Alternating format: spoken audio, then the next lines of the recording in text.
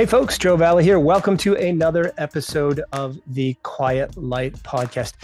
This episode is entertaining, shall I say, but educational as well. We've got my old friend Walker Deibel on the podcast. Walker is one of the lead advisors on the Quiet Light team, but he's also a best-selling author. His book, Buy Then Build, has sold something like 65,000 copies. And he runs something called the Acquisition Lab, which is a program to help people buy businesses of all shapes and sizes, online, offline, manufacturing, whatever it might be. And so we talk a little bit about the state of the online world and the economy and whatnot. But most of this podcast is talking about how to buy a business, period. What the process is like, how Walker's helped people, what you can do, what you shouldn't do, things of that nature. A little bit of story of Walker's background and some awkwardly funny experiences he's had in the, I'm going to say it, in the bathroom, where people know who he is and approach him while he's in the urinal. Please listen. And I didn't hold anything back. So here we go. Great episode with author of Buy Then Build. By the way, let me just say it right now. You can get a 99-cent copy of Buy Then Build this week. Just go to Amazon.com and get your copy. We mentioned it in the podcast as well. He's relaunching the book, the hardcover copy of the book, but he wants to get his rankings up there so you can get the digital version on Kindle for 99 cents. Okay, here we go. Walker Deibel, folks. Walker Deibel, welcome to the Quiet Light podcast, or welcome back, I guess I should say.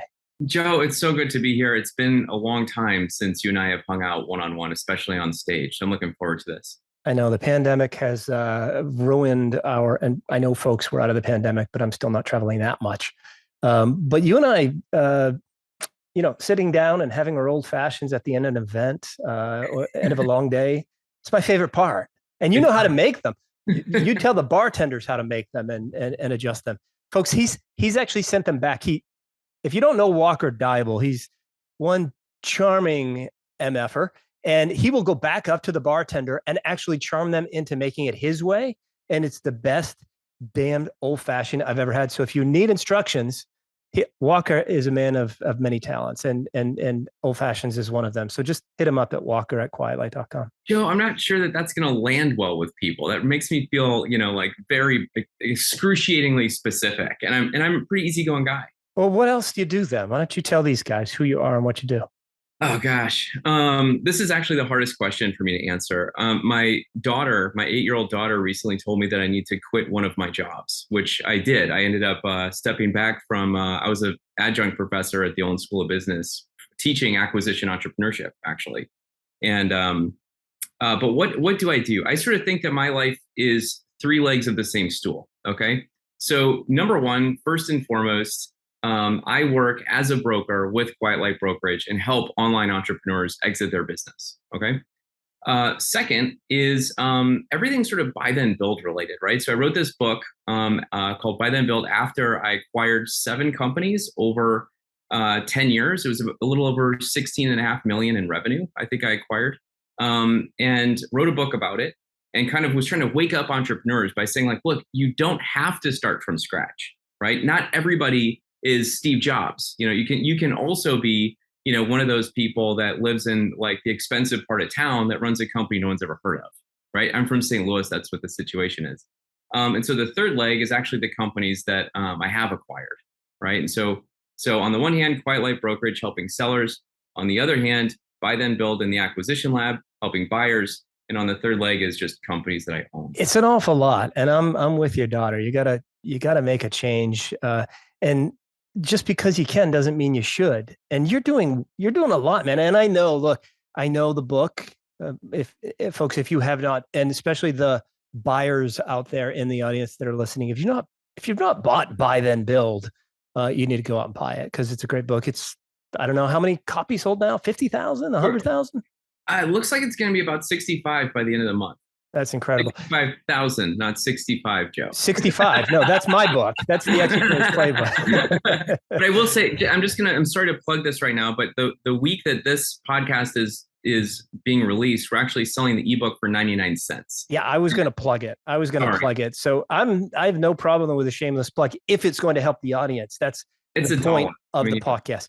Yeah. And if you're hoping to buy an online business and you can't afford the $15.95 that the paperback costs, or the $23.24 that the hardcover relaunch is coming in, you probably shouldn't be buying an online business, right? Just keep doing what you're doing and focus on growing your wealth that way. But yes, the book, the digital version of it, is going to be 99 cents for the week of September 27th. September 25th is the Sunday, so the 27th. Right. As this podcast is airing. So how do they get to it? Amazon.com? That's the best place. It's going to be everywhere. Okay. So shameless plug, but one that will help you be a better buyer. And then, of course, you're going to have to get the Entrepreneur's Playbook to understand how to be a better seller as well and build more wealth. Walker. Box set. It's a box set, Joe. It should. You and I need to do a complete relaunch together and make it a box set. Exactly. Hey, what's happening in the market today, right? We are 3 quarters into 2022. Quiet Light had a record year. You're probably the worst guy for me to be asking this because you've been on a really negative run as a broker. I'm wondering if I should just edit this out right now. No. Because here's the thing is actually, if you just look at what I actually have currently under contract, I'm actually teed up to have the best year I've ever had. Even as isolated as a broker, right? So, it's been a bit of a choppy year, right? And I think that I had a lot of FBA businesses under contract set to close at the end of 2021.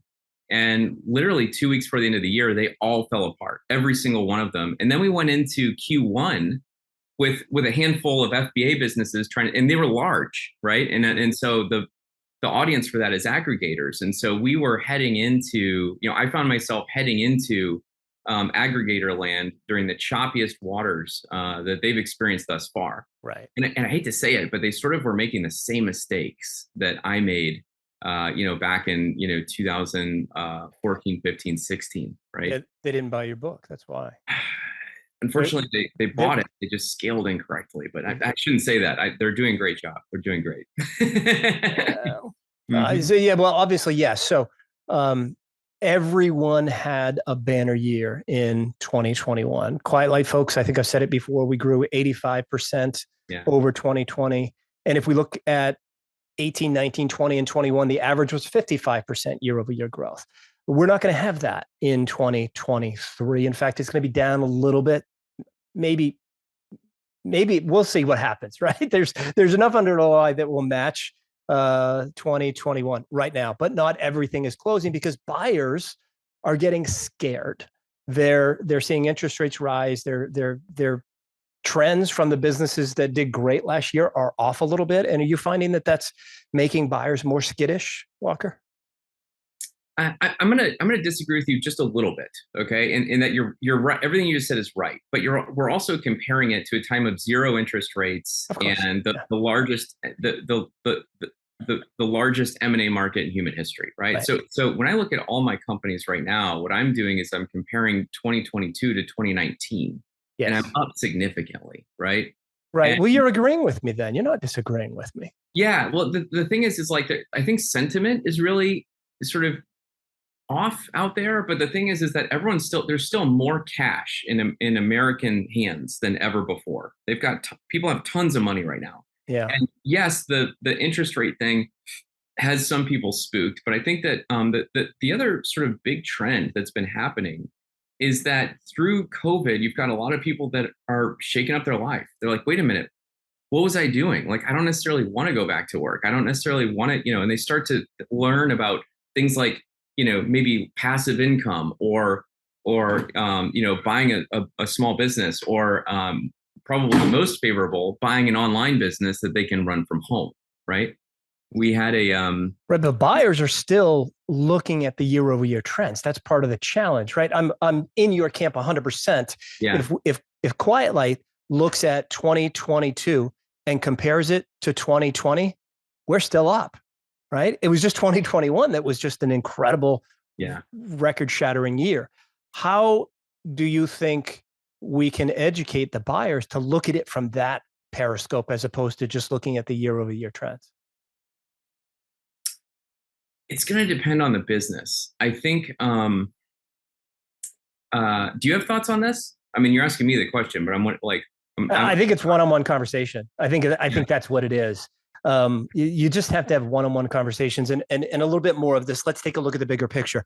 I'm somewhat hopeful that in Q1 of 2023, we'll start to see some normalization, right? It may still be off a little bit, but hopefully Q1 of 2023 is going to be, similar to Q1 of 2022. So we're not comparing it to 21 anymore. And buyers will be like, oh, okay, this sky is actually not falling.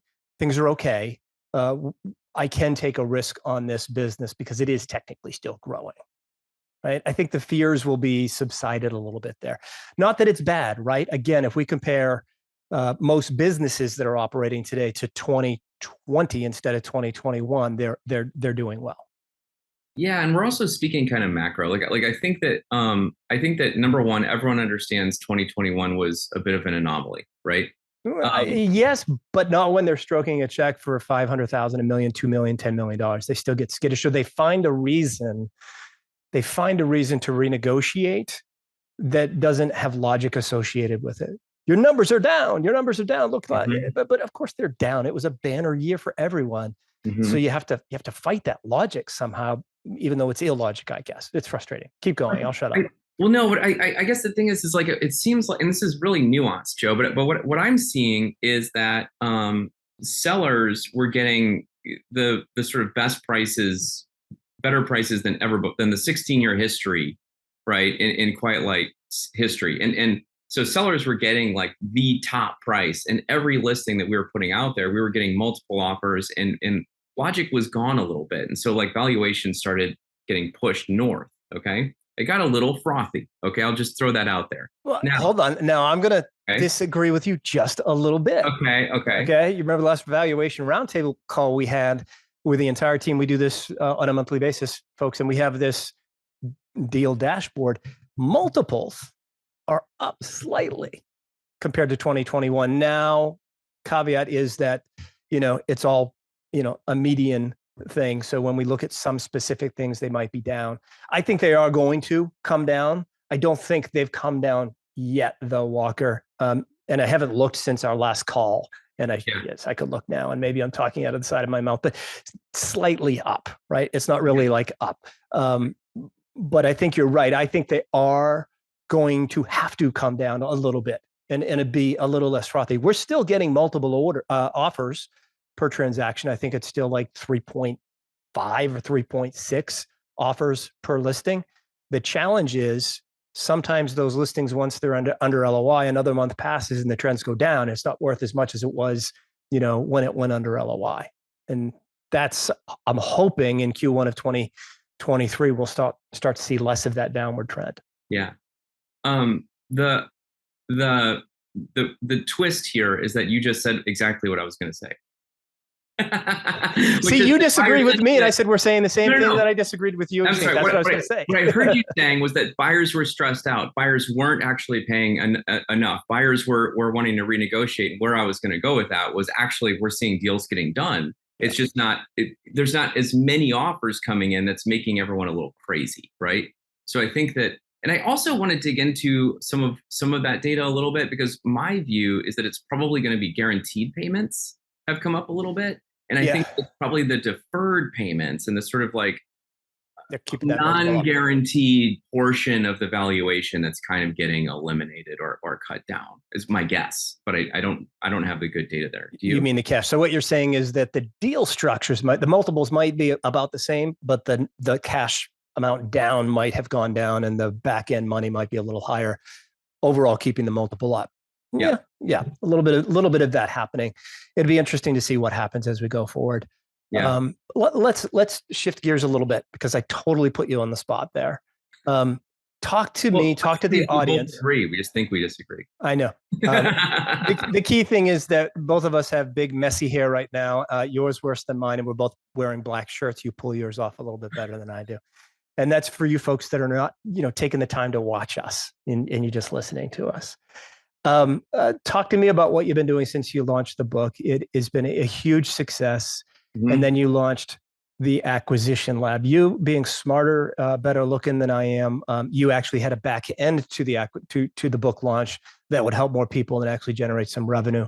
Not necessarily profit, but yeah. Revenue. Well, no, I mean, the truth is it was somewhat deliberate, but totally also accidental, right? Like I feel a little bit like the I think there's a term like the hesitant protagonist or whatever. But here's the deal: in 2004, I went out and tried to, I graduated with my MBA, my startup failed, and I was like, I know there's a way that I can acquire, one of these small businesses, right? And people I was talking to thought I was a little nuts. They're like, and they're like, how are you going to pay for this? You don't have any money. And I'm like, no, like I'm going to go to the bank. Like I'm going to buy it like, with a bank loan.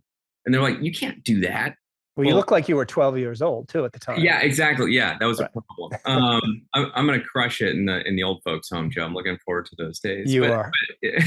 But it's one of these where eventually I sort of got it done, and there was no good books at that time. There was no good resources at that time, and what I found was that number one,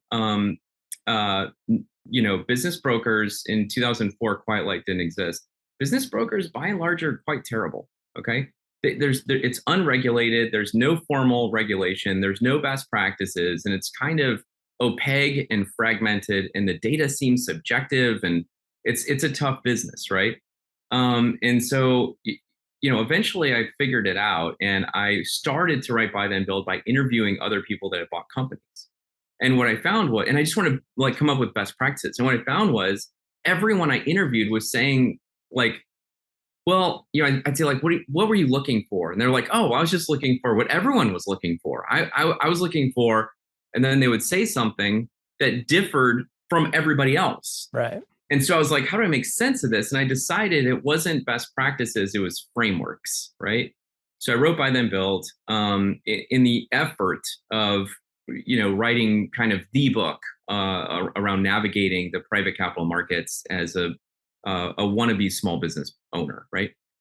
What came of that, speaking, I got job offers to teach MBA programs. I'd go to a conference. I went to a conference, Joe, and I was in the men's room, and this guy came up to me and said, "Are you Walker Deibel?" And this is a PG show, just for the record. I'm not sure where you're going. And I said, well, it's Deibel, but yes, I am. And he said, oh my God, I'm here because of you. And I said, well, right now I'm peeing. In the bathroom? Yeah. Or at the event? I'm at the urinal, right? Okay. I'm like, right now I'm peeing.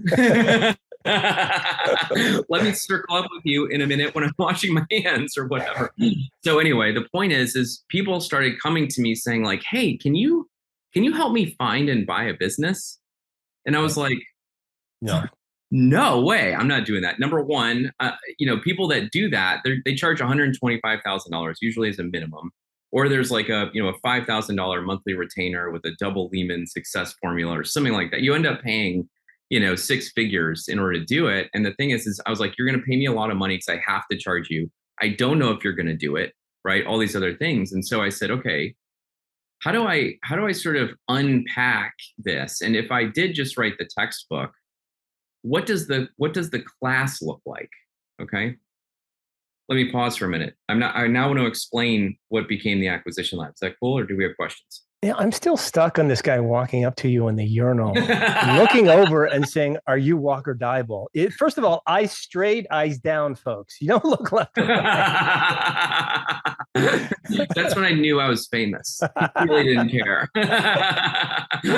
Was there a divider between the two urinals, just for clarification? I don't remember. I assume so. In my mind, there probably was. Yeah. It wasn't. Okay, I'll stop. All right. Yeah. No questions. Tell us. It wasn't full display, so I'm going to go with yes. Full exposure or display. All right. Anyways. Yeah. So yeah, the lab. What did you end up creating? Because I know all about the acquisition lab, but I actually know nothing about it and what you Yeah. do for folks. Yeah, sure. So basically I said, okay, what would the first, do it with you buy side advisory service look like? Okay. And I sort of came up with number one, the foundation and anchor would be not just in education, but world-class education. Okay.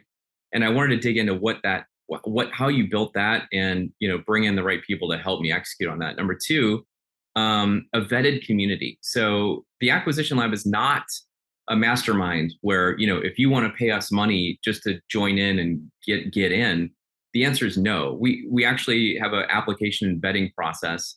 When we started, we only let in about 12% of applicants. It's now up to about 25%. I think that's just because of our referrals, right, from people that go through it.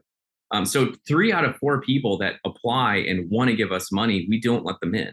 And it has created this kind of I'll just use the word legitimate community, right? It's not like a big Facebook group with 8,000 people in it and one person actually executed. And they're like, I did it. You can do it. And everyone else is wasting your time. It's a lot of competent people who can be CEOs who have the ability to execute that are in the group. So what do they get when it's not like just joining a mastermind, they apply and 25% get in. You actually have cohorts where you do lots of education and training to help people buy businesses. Yes. Yeah. So it's world-class education, vetted community, group coaching, and tools and resources. Okay. So when we launch it, we have cohorts of a maximum of 23 people per cohort. Okay. And we're not launching one a month, but I guess we could. Okay. And so that cohort goes through the intensive that lasts a month. Okay. And the intensive is a lot of work. Okay. But in my opinion, if we're all going to be hanging out looking for businesses together, I need to get you up to speed with how we think about things, our language, our tools, our analysis tools, our evaluation tools, our modeling tools, all of those things. So it's service provider networks. It's all of the, models and everything you need. We also subscribe on, I spend thousands of dollars a month subscribing to tools that these searchers can use to compare different industries. This is not online specific. Yeah, I was just going to ask, right? It's not, right? It could be any industry. That's right. We've had people buy manufacturing, home service companies, home healthcare, online businesses, content sites. Well, kind of makes sense because you have not always owned just online businesses yourself. The first one you bought wasn't it? It was a printing company. Printing company, yeah. But right now, I own a aluminum fabrication company and a powder coating facility.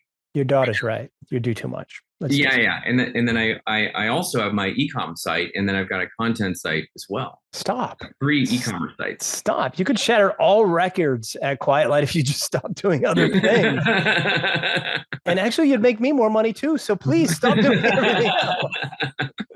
Mm-hmm. Please stop. So the concept was I want to build something that applies to every person that wants to buy a small business. When I say that, we've done deals in the lab where we've almost closed on like north of $25 million deals, but like most of the deals are somewhere between 1 and 5 million, right? And so in the last 18 months, I think we've just closed on the 50th transaction of lab members, and I think we just exceeded 90 million in transactional value. Don't hold me to that, but because we need to formalize the numbers, but that's what it's looking like. That's pretty solid. Yeah. So 90 million divided by an average of what, $3 million or something like that? Are we looking at, a 30% success rate of the people that go through the lab, or like, how do you measure that kind of stuff? Yeah. Making sure they're getting return on their investment. Yeah. When I did research when writing Buy Then Build, I discovered that about 10% of people that start looking for a business to buy actually close, which is very similar, by the way, to people who start a business who actually end up with a business, right? And so it resonates with what we know about these things. At the lab, using 2021 numbers, I'll tell you, we let in 150 applicants, and we closed just under 35 transactions. Well, that's pretty solid. 60 million, yeah. And just because they didn't close one in 2021, they've got that education, they've got the tools. They're gonna, if they keep hunting, they'll find one eventually. Well, I mean, we probably let in, 60 people in Q4 2021. So, I mean, we're giving them 60 days. That's wrong. I mean, here's the thing, Joe, is that when I wrote Buy Then Build, I almost didn't publish it because I was like, people are going to read this and they're going to go out and buy a business and then they're going to like screw it up or something, right? And then blame me for it, right? And I was like, I don't know that I want that on my conscience, but it's not any different than writing a book saying, quit your job and go start a business. Like that's crazy if you really think about it, right? Like this is a much more measured approach. The hard part is that people have to get around the fact that if you're a real player and it's your first time doing it, you really need to get comfortable with the fact that you're taking a personal guarantee on a bunch of cash in order to acquire a business. Usually, that's most people's situation. Go ahead. You're taking a personal guarantee on a bunch of cash. Are we talking about the buyer taking a personal guarantee or the seller? The buyer. So like an SBA loan, for example. Right. Okay. So yeah. Talk to me about deal structures. Like, what are you seeing? Like, what's your take and vibe and feel inside the lab for, buy a business with no money down, use $500 of your own money and buy a business? Yeah, I think that look, I've bought a business with no money out of pocket and all that stuff. There's no version of reality that I'm going to start a coaching program teaching first-time buyers how to do that. It's completely unrealistic. The number one career path that MBAs at Harvard Business School want right now is independent sponsor, which means a fundless sponsor that basically buys companies with none of their own money. And and that's sort of an elevated version of buy a business with no money down. But the thing is like that's doable. But number one, you're bottom feeding.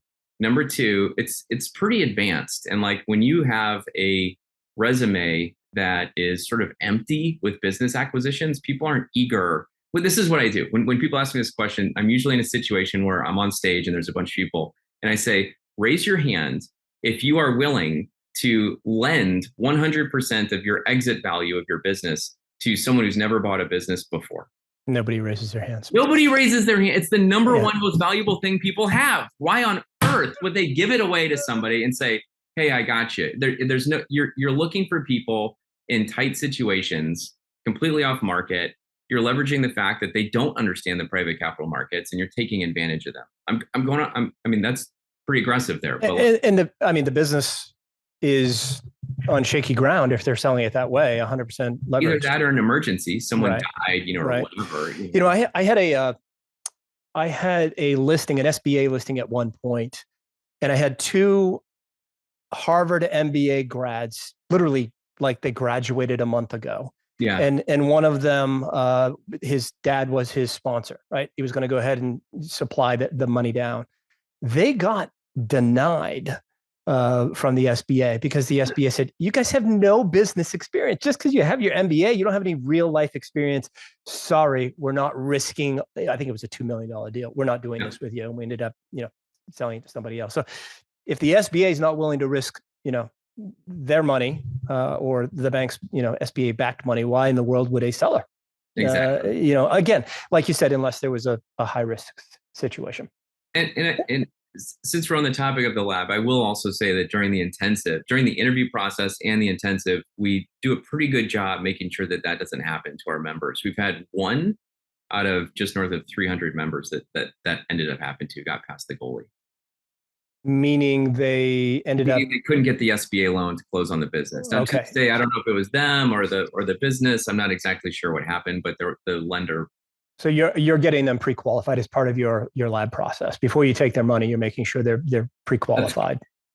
We make sure they're pre-qualifiable, and then they're definitely pre-qualified by the end of the first month with us. Okay. Sure. And who's your go-to person for that, or do you just go to a variety of different folks? So part of what we celebrate at the lab is choice, but our very good friend Steven Spear at Ecom Lending comes in and teaches a session during the intensive about SBA lending and the actual fundamentals of how it works. And cool. So their team will also pre-qualify everybody in the lab. Does he do lending that's not e-commerce related? If somebody's buying a manufacturing business, is he somebody that will lend money, or do you generally go to somebody else? No, thank you. He actually does that. Did you know that? I didn't. Yeah, no, he does. That's actually why I reached out to him at the beginning while I was pulling it all together, because the thing is he's called Ecom Lending, and that's really where he sort of stands out and has made a market. But the truth is that all of his lenders, if you look at his business model, he's got whatever, a bench of 12 lenders at all times, and they all have different baskets. And ecom lending with the online businesses is filling one of the baskets of all of his current lenders. But all of those lenders have other baskets they're trying to fill. And so, yes, they absolutely will fund not online based businesses. I mean, the other thing is like, I mean, a lot of people that sort of, we'll call it self-funded searching, right? Usually come through, acquisition entrepreneurship through the search fund framework. Okay. And a lot of the people that come from that direction usually will know of, Live Oak Bank or, Bruce Marks and, other people Good that guy. are active, very good guy in the community. And so, I mean, obviously, you get exposure to all of those people in the lab, but, yes, we do have favorites. Is it realistic for somebody to come out of college, their MBA and join the lab to get the experience? Or would you decline them because they have no experience and they're not going to get funded? It depends, right? It depends is the answer. And I think that like, you're talking right out of undergrad? You know what? No, I guess it'd be grad school. I guess it could be either, but like if you want to, get pre-approved, pre-qualified, join the lab, buy a $2 million business, but you've never had anything but a job.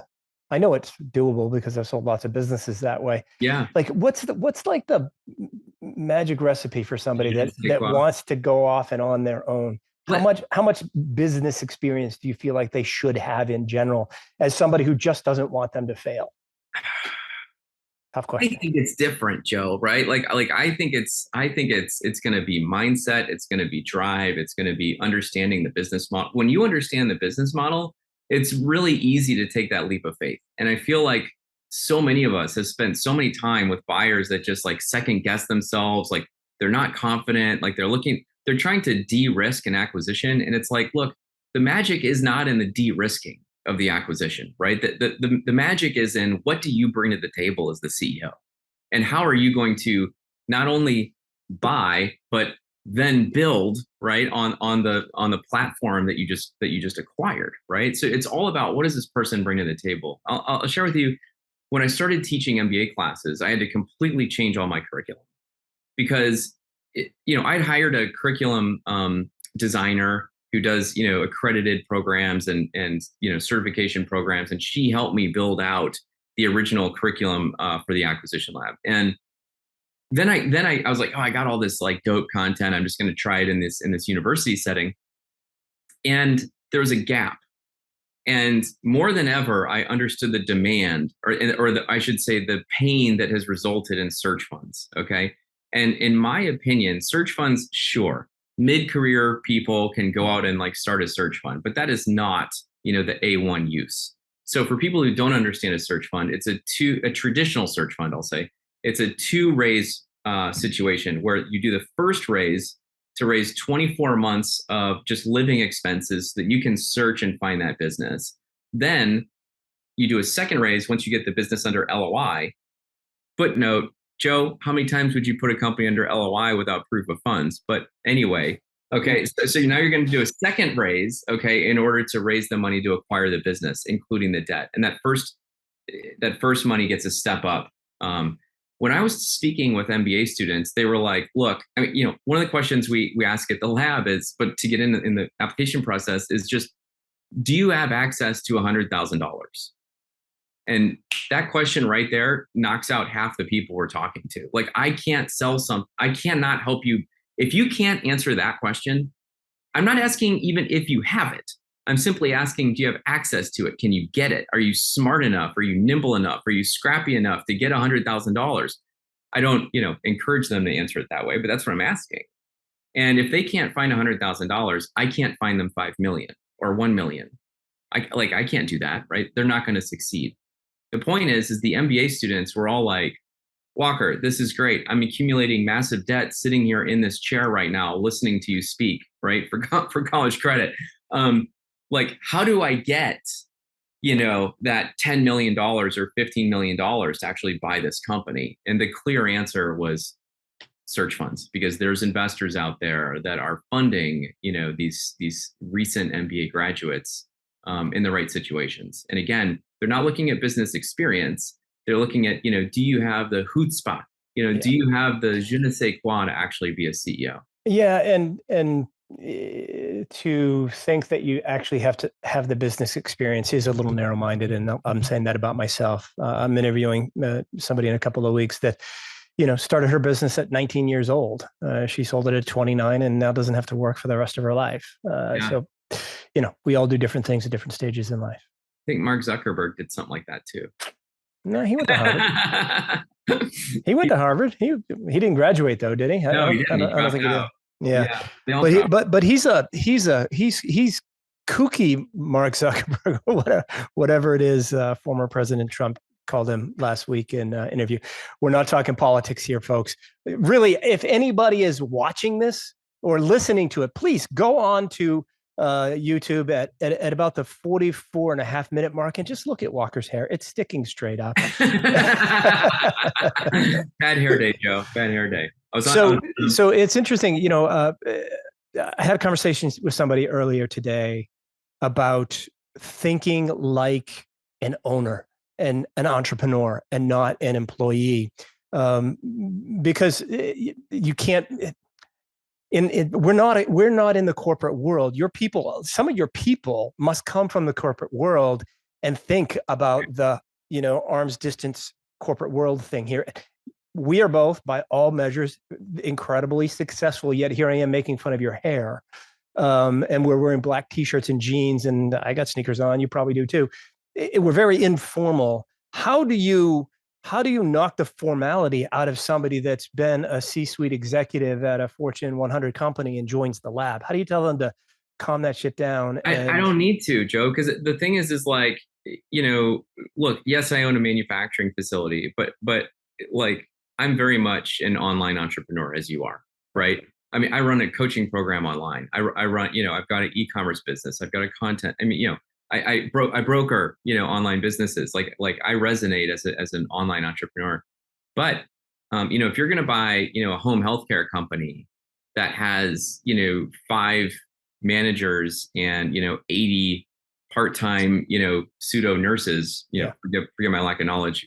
Sometimes they're nurses, sometimes they're not. Is the point. But you need to have management skills at a level that you and I don't put into practice right now. Right. Or could I? That's my biggest weakness. That's why we have this wonderful, independent company here at Quiet Light. You never need to be managed. First company I bought had a president, an accounting manager, a production manager, a pre-press department head, a press department head, a bindery manager, an HR. I had an HR manager. That's like 7, and then I had 45 employees, 2 shifts, 50,000 square feet. I didn't wear a tie, but I wore a button down and either slacks or khakis every single day for 7 years and ran the company.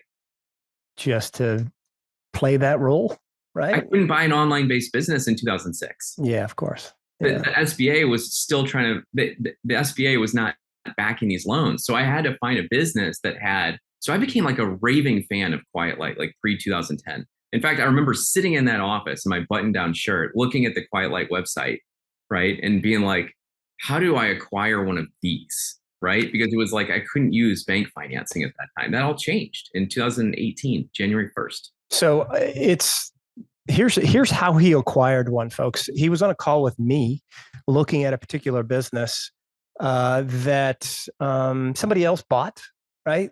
But Walker was kind, professional, memorable, likable. Maybe he didn't have 2 nickels to rub together at the time. I don't know. But he made an impression. And this is, one of the, I did how to buy a business when you don't have all cash or to beat somebody with all cash.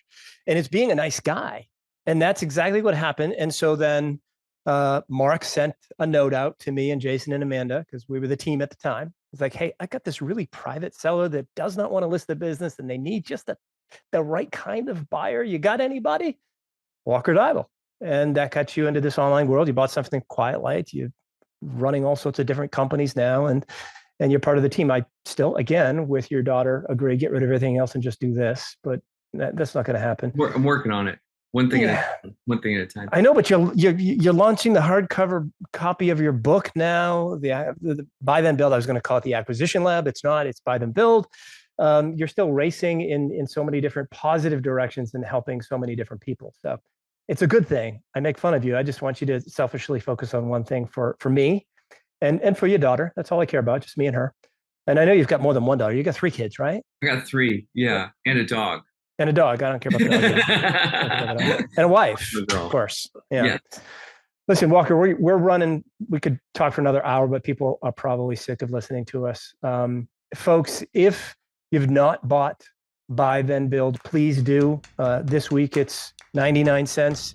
If you can't afford that, send Walker an email. I'm sure he'll send you 99 cents. I'll split the difference with him. Thank you.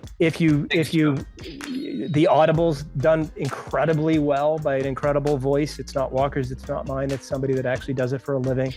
And the hardcover book will last forever. So pick it up, get a copy of Buy Then Build, do it today. Let's make him a New York Times bestselling author. Let's make that the goal. Can we do that? That's a stretch. Like New York Times is sort of like trying to get your film into Sundance. It's very hard to predict because it's too random. Yeah, and he's a film producer too, folks, but we won't go there as well. He's multitasking at all times. I don't know how the hell you do it. Anyway, folks, look him up, Walker Deibel. He's on the Quiet Light website. He's on Buy Then Build. He's on the Acquisition Lab. He's all over the place. Send him a note. Look for him in bathroom stalls anywhere. Please wait until I walk away from the urinal. Just pro tip. Just the tip? No, okay, we're not going there. All right, Walker, thank you for coming on the Quiet Light podcast once again. Let's end this before we say anything we truly regret. We'll talk to you soon, man. Thank you.